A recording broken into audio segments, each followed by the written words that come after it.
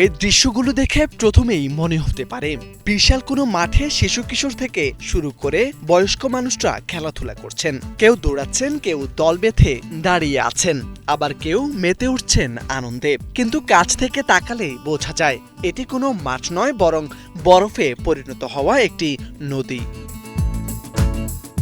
একসময় যে নদীর ধারে কাছে আসতেও ভয় পেত মানুষ, সেই নদীর উপর এখন হেঁটে হেঁটে মাছ ধরছেন পর্যটকরা, মেতে উঠছেন খেলাধুলায়। দক্ষিণ কোরিয়ার হোয়াচন এলাকায় শুরু হওয়া বার্ষিক শীতকালীন আইস ফিশিং উৎসবে দেখা যায় এমন চিত্র। উৎসবের প্রথম দিনেই হাজার হাজার পর্যটকের ঢল নেমেছে জমে যাওয়া নদীর উপর। হোয়াচন এলাকাটি দক্ষিণ কোরিয়ার অন্যতম শীতল অঞ্চল হওয়ায় এখানে সাধারণত ডিসেম্বর মাসের মাঝামাঝি বা শেষ দিকে নদীর পানি বরফে পরিণত হতে শুরু করে। উৎসব শুরু হওয়ার মাত্র 1 থেকে 2 মাস আগে অক্টোবর নভেম্বর মাস পর্যন্ত নদীর পানি বরফ মুক্ত বা স্বাভাবিক অবস্থায় থাকে।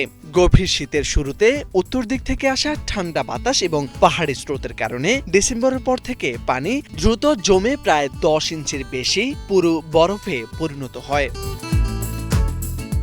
ভিডিওতে দেখা যায় পুরো জ্যাকেট, উলের টুপি ও স্কার্ফ পরে দর্শনার্থীরা বরফের উপর দাঁড়িয়ে মাছ ধরছেন। কেউ কেউ আবার খালি হাতেই বরফের গর্ত থেকে মাছ তুলে নিচ্ছেন।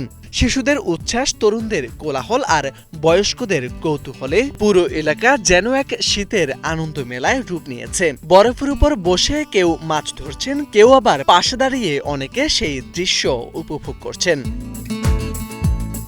স্থানীয় প্রশাসনের তথ্য অনুযায়ী উৎসবের প্রথম দিনেই প্রায় 65,000 দর্শনার্থী জমে যাওয়া জলাশয়ে ভিড় করেন। এর মধ্যে বিদেশি পর্যটক ছিলেন প্রায় 3,200-র মতো।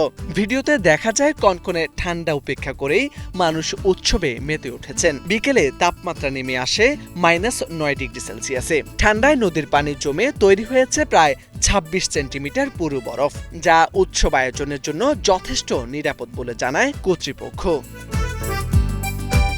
মোরশেদ আলম, বাংলা ভিশন।